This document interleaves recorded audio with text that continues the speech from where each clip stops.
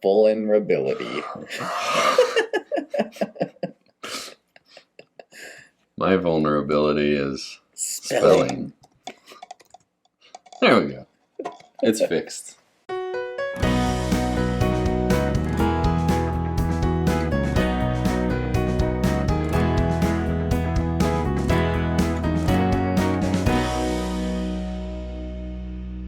Welcome back, everybody, to the Balance for Life podcast. Our goal is to help you uncover the secrets of true happiness and lasting success and find joy and peace in life. Yeah, definitely. If you like what you hear, go ahead and leave a 5-star review, stuff like that, subscribe or whatever, Yeah. follow us. Comment, share. Mm-hmm. And then join us on social media at Balance 4 Life Podcast. Balance 4 Life Podcast. We're on Facebook, Instagram, and TikTok, and YouTube, right? YouTube, search Balance 4 Life. Twitter, it's at Adam and Perry, all spelled out. All one word. Okay, so this week we're gonna talk about maybe something a little bit more low-key, I guess. I was listening to a book, and it was for a book club that I've started in my employee resource group at work, and the book is Dare to Lead by Brené Brown. Those of you that are wondering, I always love to give out book recommendations because a lot of the books that I've read are just really stellar books, and I love most of the authors that I've read.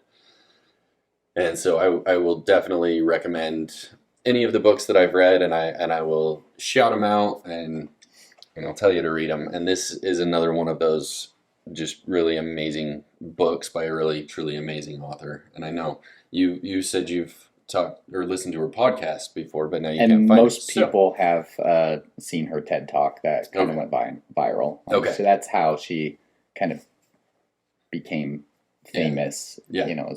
So she's been around for quite a while. Mm-hmm. And she talks quite a bit about her personal experience. I got something in my eye. It's not a fly. No, it's not. But that rhymed. She talks quite a bit about her personal experience and what kind of got her into the life that she has now. And so I love what she has to say, and I love her thoughts on leadership and growth and development and self-help and all the good stuff, right? And so I was listening to Dare to Lead as part of this book club that I've started. And this past week, I was listening to one of the later chapters, and I can't remember exactly where in the book it fits. But she's talking about being vulnerable as a leader and how important it is as a leader to be vulnerable. Mm-hmm. And so I wanted to kind of discuss some of the things that she brings up in the book, but kind of put our own little spin to it as well, and talk a little bit about the importance of being vulnerable as a parent, as a friend, as a spouse, as a family member, a guitarist, a bandmate, right? Just the importance of being vulnerable and using that vulnerability to build stronger connections. Because I think that's very important in all aspects of our health, all aspects of our life. It's important to have those deeper, intimate connections with people around us. So that was kind of where I wanted to take it. Yeah. This week. Well, I think our generation, I think, is maybe a little more open to being vulnerable, right? Something that has been talked about more. But if you look at our parents' generation, I think there's often this stigma about sharing your feelings, especially as men, right? Like, we don't talk about our feelings, right? And I think that's an unfortunate. I think there's a lot of good things from that generation, right? And people have like the boomer jokes and whatnot, but there's a lot of positivity that has come out from from that generation. But that's one thing that I think is a good change that we have made as a society, is the willingness to be more vulnerable, to talk with a therapist, to consider taking medication for our emotions, right? And just to be more open to things like that. And so I think that's a shift in our society that I think is a really good shift. Yeah, absolutely. And I will say, as I was prepping for this episode and kind of thinking about where I wanted to take it, that was actually one of the specific concepts that I wanted to bring up, is for our listeners, for us, right? I feel like the stigma is more applied to men, right? It's as a man, we are taught from a very young age to suck it up, right? Walk it off. Don't cry. Don't show fear. Don't show emotion. That's not how a man acts. And so that's kind of specific to the direction that I wanted to go, is directing this more towards the men who are listening, or to the women who have men in their lives who maybe struggle with this, and talk a little bit about how we can improve that. And so, like you said, I think as a society, we've gotten better, and I think more and more it's becoming more talked about, and something that we're recognizing more as a society is the effect of kind of that old school mentality towards men and not being vulnerable. And so I think that's a very key aspect to this, is the men versus women when it comes to vulnerability. I feel like it's always been more widely accepted and more okay for a woman to be vulnerable. And so I don't want to say that we're not speaking at all to women today, but I would like to kind of focus and shift it a little bit more towards men, and that stigma that has kind of always been there and that we're trying to break down, but just continue to knock down those walls. I think what we're sharing is equally important towards men and women. It's just that our society has kind of taught us that men aren't supposed to be this way, and that's why it feels like it applies more to men. Exactly. Exactly. So, yeah, definitely. So let's talk about, what does it mean to be vulnerable? Yeah. So what is vulnerability? And I feel like it's a word that we use, we throw it around a lot. And I feel like in a lot of situations, in a lot of cultures, it's become synonymous with weakness. And I think that's why the stigma surrounding men, right? Because vulnerability has been historically seen as a sign of weakness. Vulnerable, if you're thinking about being vulnerable in battle, it means that's where your weak spot is. Right. You take off your armor, now you're vulnerable. Yeah. Right. You don't have your wall around your city, that city is vulnerable. Yeah. And so we hear that term being vulnerable, and that's automatically where our mind goes, I think, because that's what we've been taught, is vulnerability is the weak spot. It's the weakness. It's where everything starts to break down. It's Achilles' heel, right? And so I want to shift away from that and talk more about vulnerability as a good thing, because truly being vulnerable, being open, and I keep doing that, and I'm sorry.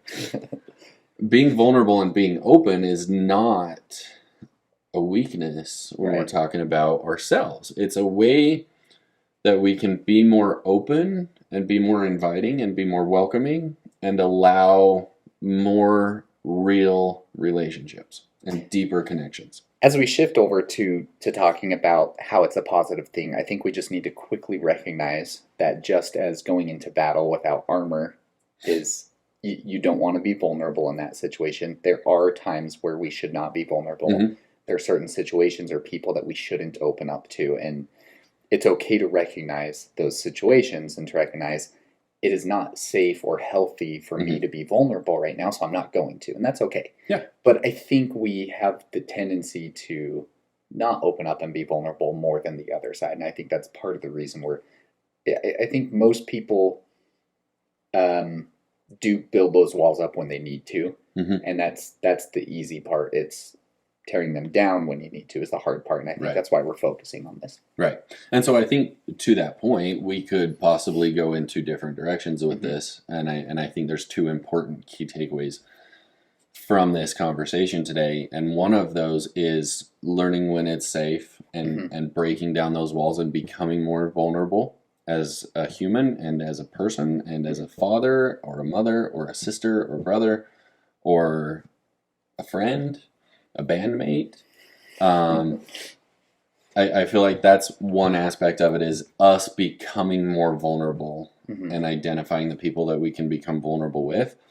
But I think it's also, as a society, becoming that safe space for other people and being more open to someone else's vulnerability and not making them feel like they have to put their guard up. Yes, for sure. And so I think there's two important aspects to this that we need to be involved with, because we're always going to be, sometimes we'll be on the giving end of that, and we will be the ones needing to become vulnerable and to find somebody safe to share with, and sometimes we'll need to be the one who is that safe space.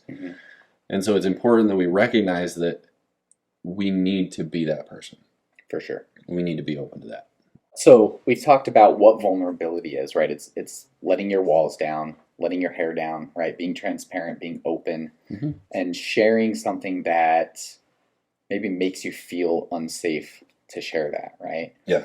And you're kind of going out on a limb, you're putting yourself out there, and you're sharing something that you don't know how the other person's going to react to hearing what you're sharing, right? Yeah. So I think that's what vulnerability is.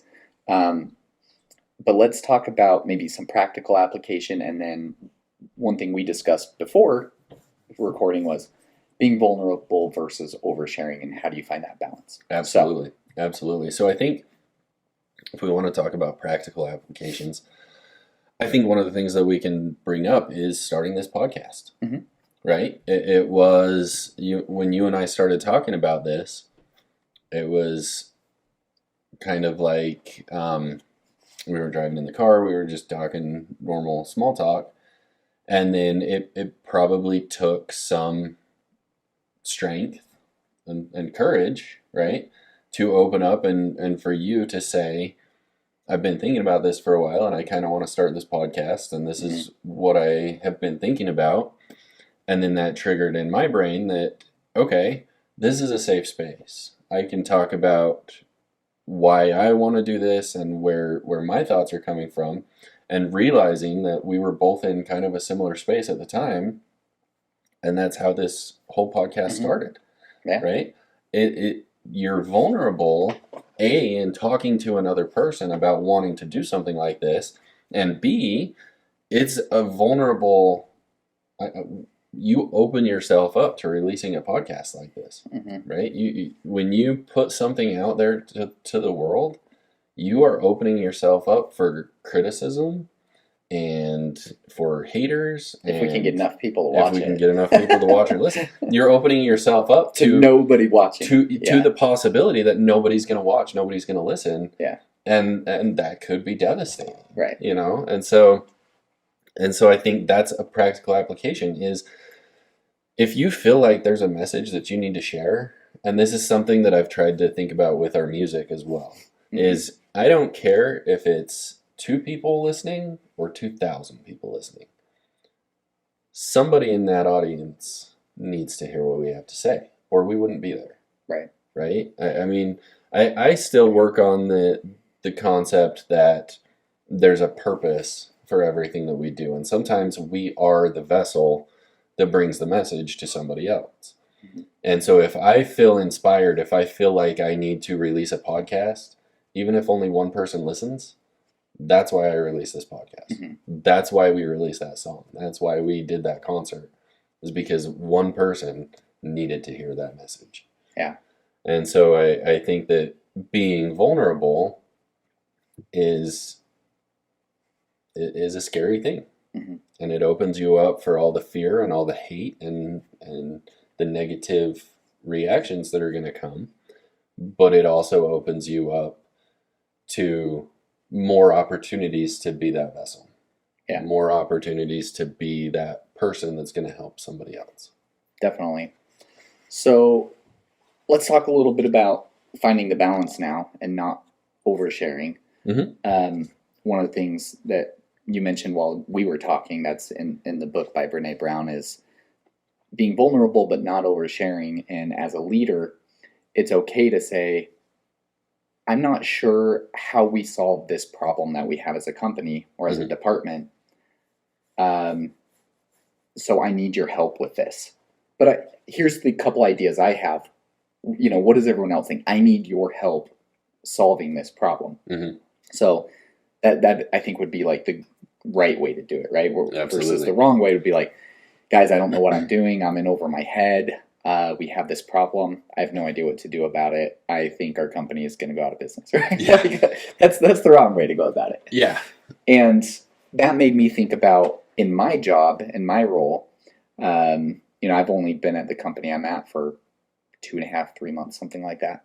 And so I still feel kind of new. There's still things in the product that I don't know the answer to. Mm-hmm. Every single call, somebody asks me a question that I haven't had before, and I'm not sure what the answer is, or I used to know, but I like learned it during training, but I can't remember. And just to point out though, this is a newer job for you, a newer company that you're working for, but it's not necessarily a new position for you. Right. It's not a new, completely new field of work for you. Exactly.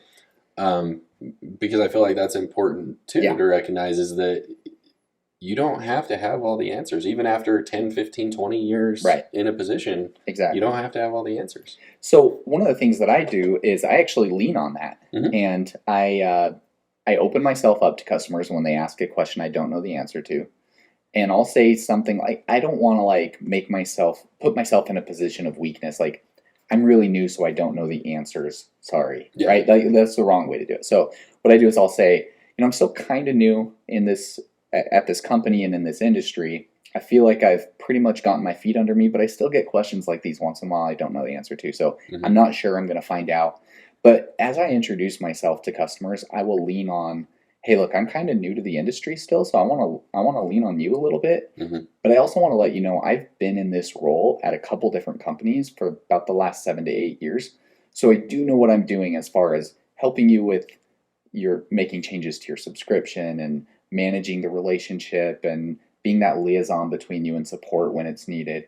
Right. And so I know how to do those things. The industry, the product's a little new to me. So I'm going to lean on you a little bit there. Mm-hmm. And so I'm vulnerable with them as I introduce myself, right? And then I've gotten to the point where I'm kind of phasing out of that because I don't feel the need to anymore. But I like to just show a little bit of vulnerability, but also show my strength at the same time. Look, I know what I'm doing with relationships. Yep. Right? So. Absolutely. And I think kind of like you, I started a new job within the same company. So I've been working at the same company now for almost 11 years. Mm-hmm. But I started a new job recently, and over the few months that I've been working in this job, we've had some hurdles that we've had to work through. And so I called a meeting last week with some supervisors, some managers, some pretty high up people, and specifically the people that are directly affected by whatever these hurdles, these roadblocks have been happening.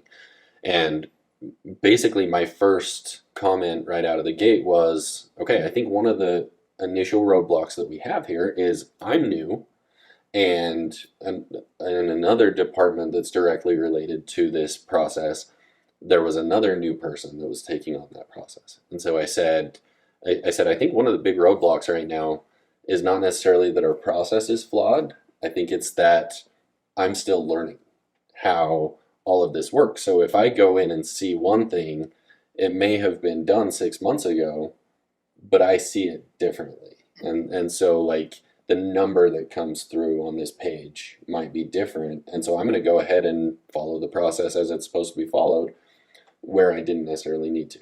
Mm-hmm. Right. And so my initial thing right out of the gate was we have some newer employees in these positions, and there's going to be some learning curve involved. Having said that, I think our process is solid and we're getting the hang of it. We're starting to figure it out, but there's always room for improvement. So I am sharing with you what I feel like could be a solid solution. Let me know your thoughts. Mm-hmm. And let's try and compromise something. Let's try and come up with something so that everybody benefits. And even though our process may not be flawed, we can always strive for better, right? We can always seek more and seek better. And so that's a way that we can be vulnerable without oversharing, is saying that I'm newer to this position. I'm not quite sure. I haven't got my feet completely under me yet. I'm slightly overwhelmed in what I'm doing, but I do have some ideas. So let's work together and try and come up with that. Mm-hmm.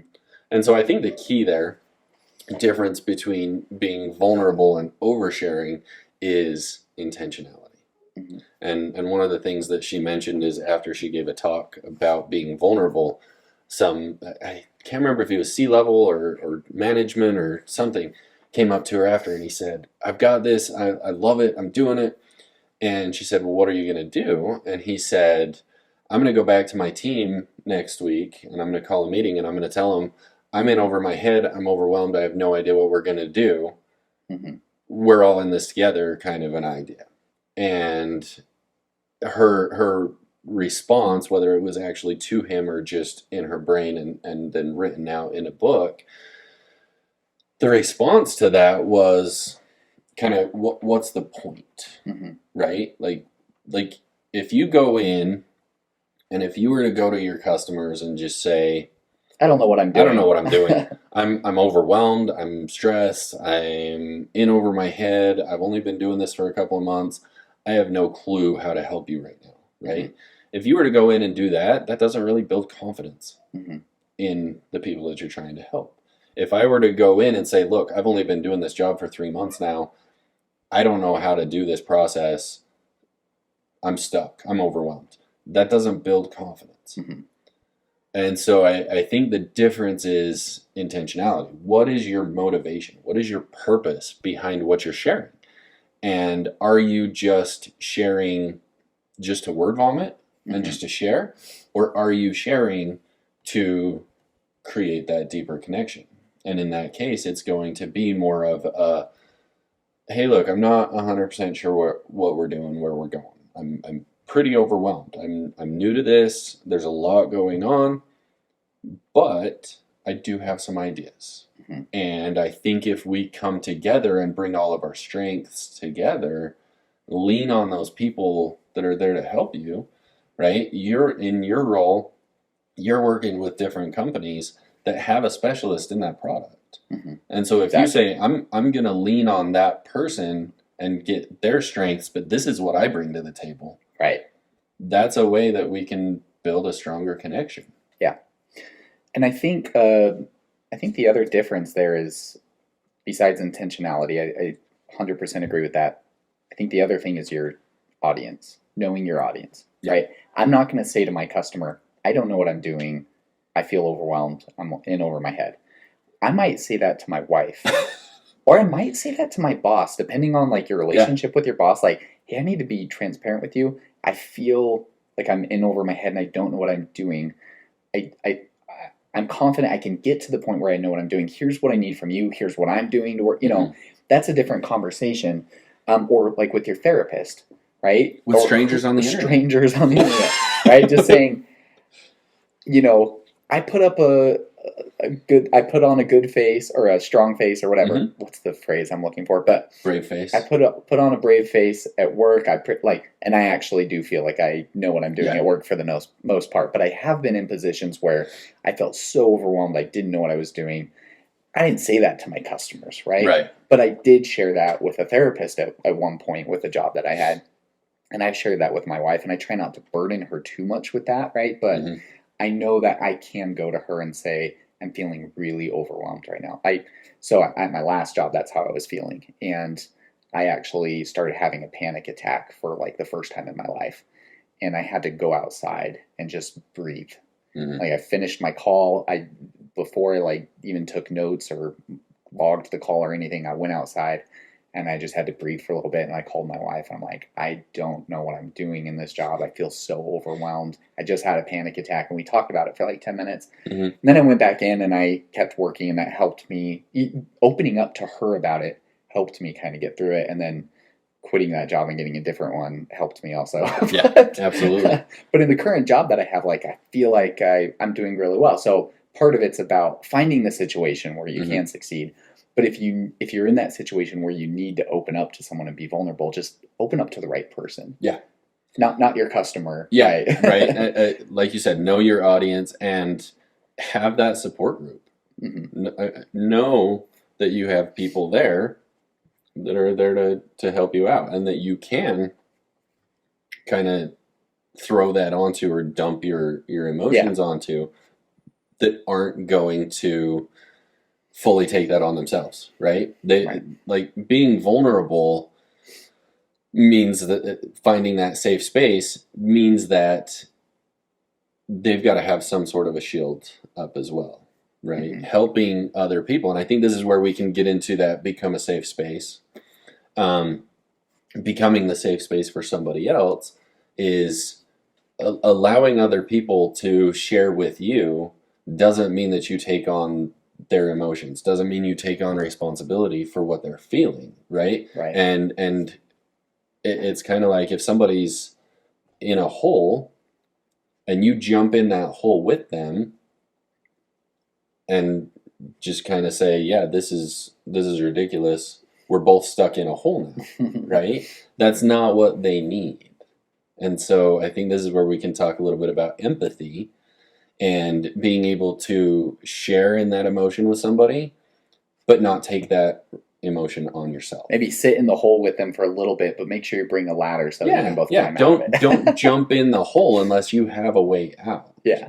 And so I think that becoming that safe space takes some strength and vulnerability on our part as well, because we have to know our limits. And so for you, knowing that your wife could be that person for you is huge.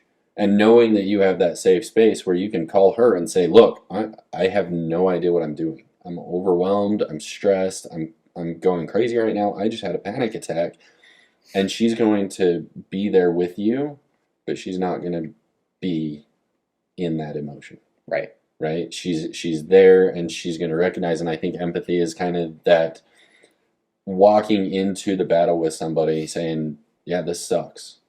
This is truly a horrible situation to be in. And then being able to say, okay, what do you need? What can I do to help you? But not taking full responsibility for what comes next. Definitely. So I think that's important too, as we, and maybe now is the right time that we shift directions into that. How do we become that safe space for other people? Yeah. How do we open up to somebody who's become a safe space for us? Yeah. How do we do that?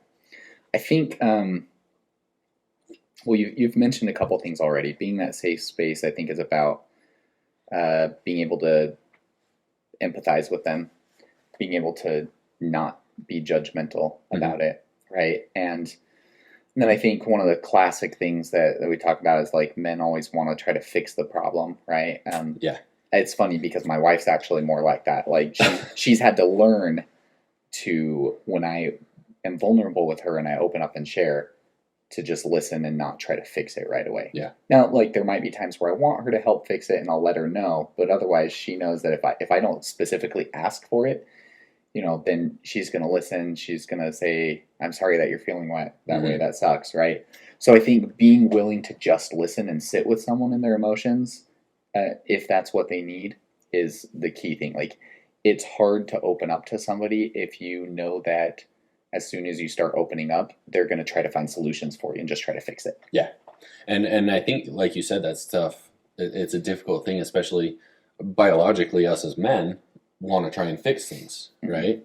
And so I've noticed that in myself, and when my wife comes to me with problems, and sometimes I have to just take a breath, and a lot of times I've started asking her, do you want my advice? Are you looking for help? Are you looking for finding a solution? Or do you just need to vent right now? Do you just need somebody that can listen to what you're feeling and sit here with you and hold you and walk you through it? What are you looking for? Well, that communication is what you need, right? Yeah. Because there are times where I do want advice and help, but not quite yet. Yeah. First, I want to vent. Yeah.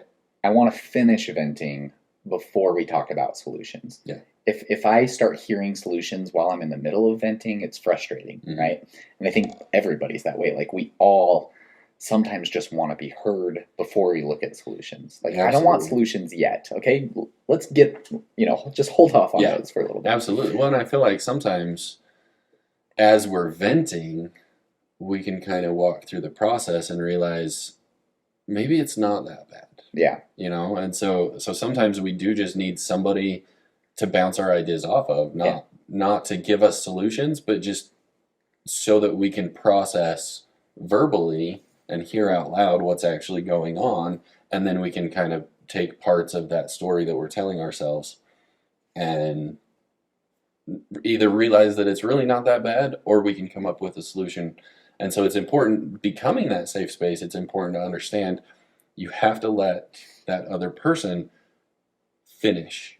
You have to let them share what they need to share and just be silent. I think another thing that's important when we talk about empathy is we've talked about this before, and comparing grief and sadness and feelings and emotions and all of that. And the reality is, regardless of whether we've been in the same situation, we didn't experience it the same way. Right. And so being empathetic, having empathy towards that person, doesn't mean that you have to have felt the same thing that they felt. Right. Right? For me, hearing that you lost a child, I don't have to have gone through that same experience myself to realize that I've experienced grief before. I'm just going to sit here and be an opening for you to talk if you need to talk. Mm-hmm. But I'm not going to force it. I'm not going to, tell you how horrible it feels or tell you how I feel about it or anything like that. Yeah. I'm just going to be there and be available. Right. Right? And so understanding that you don't have to have experienced the same thing in the same way that the other person has is a huge step towards empathy. Yeah. I think something that you just said made me think about this. Sometimes there may be, I'm actually in a situation where I don't know this person very well, but I know somebody here in our community who recently lost a child, a teenager, and the situation's much different than what I went through. And I've had this feeling like I should send them a text and just say, hey, I have lost a child. I don't know exactly what you're going through. The circumstances are different, but I am willing to be an ear for you. Mm-hmm. If you want to talk to somebody you don't know very well who's gone through something kind of similar, and just talk, I'm here to just listen. And if you want advice, I'm happy to share it. But I'm here to just listen. If you want, just give me a call and I'll talk. Yeah. Or I'll listen while you talk. Right. And so I've had this feeling like I need to do this, and I haven't done it yet. And this person doesn't know that I've lost a child. They don't know that I'm willing to listen. So I need to take that step and let them know you can be vulnerable with me if you want. Right. And when we lost our daughter, somebody did that for us. Mm-hmm. And I actually never took them up on it, but it was comforting knowing that it was an option. Yeah. So this guy, he explained, this is what happened. Their situation was different, right? And basically what he said was, if you ever want to go out and get soda with me and just hang out, or if you just want to call and talk, I'm happy to do that. Yeah. And I felt comforted knowing that it was an option, even though I never did it. Right. Mm-hmm. And so I think sometimes you need to, if you see an opportunity like that, opportunity is the wrong word. If you see that situation where you think, okay, me being willing to be that listener, that person that this person vents to, I need to just let them know I'm there and available. Yeah. And like you said, don't force it, don't push it. But sometimes people don't know you're an option. They just need to know. Yeah. Well, and I think that's perfectly stated. And truly is an opportunity, right? It's I mean, we sometimes when we think about opportunity, we think it has to mean something good happened, Right. right? But in that case, maybe it's an opportunity to help somebody through a difficult situation Yeah. themselves, Right. And maybe it's an opportunity to save somebody's life, Mm-hmm. right? Right. Because I mean, let's face it, that is a truly traumatic experience Mhm. that somebody could go through, and I don't know personally, but I would bet that there are people who have taken their own lives Mhm. after losing a child. Yeah. And so I think that could be an opportunity for you, and like we were talking about earlier, when I feel like, or when you feel like we need to share this song with people, doesn't matter if there's one person or 1,000 that hears that song, that one person needed it. Mm-hmm. Right? And so it doesn't matter if they take you up on it or not. Just like you didn't need to take that other person up on their offer, it was comforting knowing that they were there. Yeah. And Exactly. so taking that as an opportunity to present yourself and present an opening is a good opportunity. Yeah, definitely. So I think it's important too to mention the key difference between empathy and sympathy. Right. Right? We're talking about empathy as in, I don't know exactly what you're going through. Just like you said, the situations are different. The way you experienced it was different. I don't know exactly what you're going through, but I understand this emotion. I'm willing to sit in And this I'm emotion willing, with you. And I'm willing to listen with you. Whereas sympathy is more like, I feel bad for you Yeah. that you're in this situation. Yeah. That you have this Sympathy experience. is how horrible for you. I Yeah. feel so bad for you, right? You're feeling that emotion for that person when that's not really what anybody wants. Right. or Empathy needs. is, I'm feeling this emotion with you. Yeah, empathy is like I'm in it with you, but I'm also a strength that can help you out. Yeah. Right. Exactly. So I think we've pretty much covered how vulnerability can help you. I mean, first of all, in being vulnerable and opening up to other people helps to strengthen those bonds and helps to help you find maybe an outlet or maybe that strength to help you along in your journey. And becoming that safe space for other people also helps you to build those relationships and helps you to be more empathetic when you are in that situation and when you need to find somebody. Yeah. And it helps somebody else too. And it helps somebody else. Okay. Yep. So, weekly challenge. I haven't thought of it. I know. I'm like, ooh, this is a tough one to think of a weekly challenge for. So I think a weekly challenge goes back to something that we talked about a couple weeks ago, and it's your concept of the thorn, rose, bud idea. But my challenge this week is to allow yourself to be vulnerable.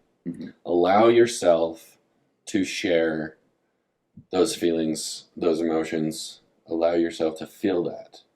Don't, especially those of us who have been trained and been taught to not show that emotion, or not even necessarily taught to not show emotion, but just taught that people who don't show emotion are strong.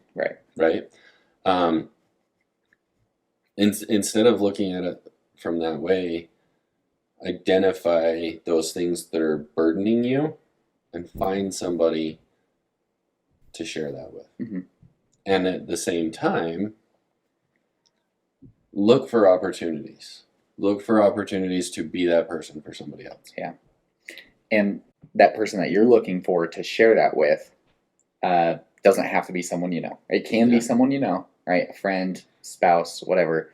Or it can be a professional, right? And either way can be really helpful. Yeah.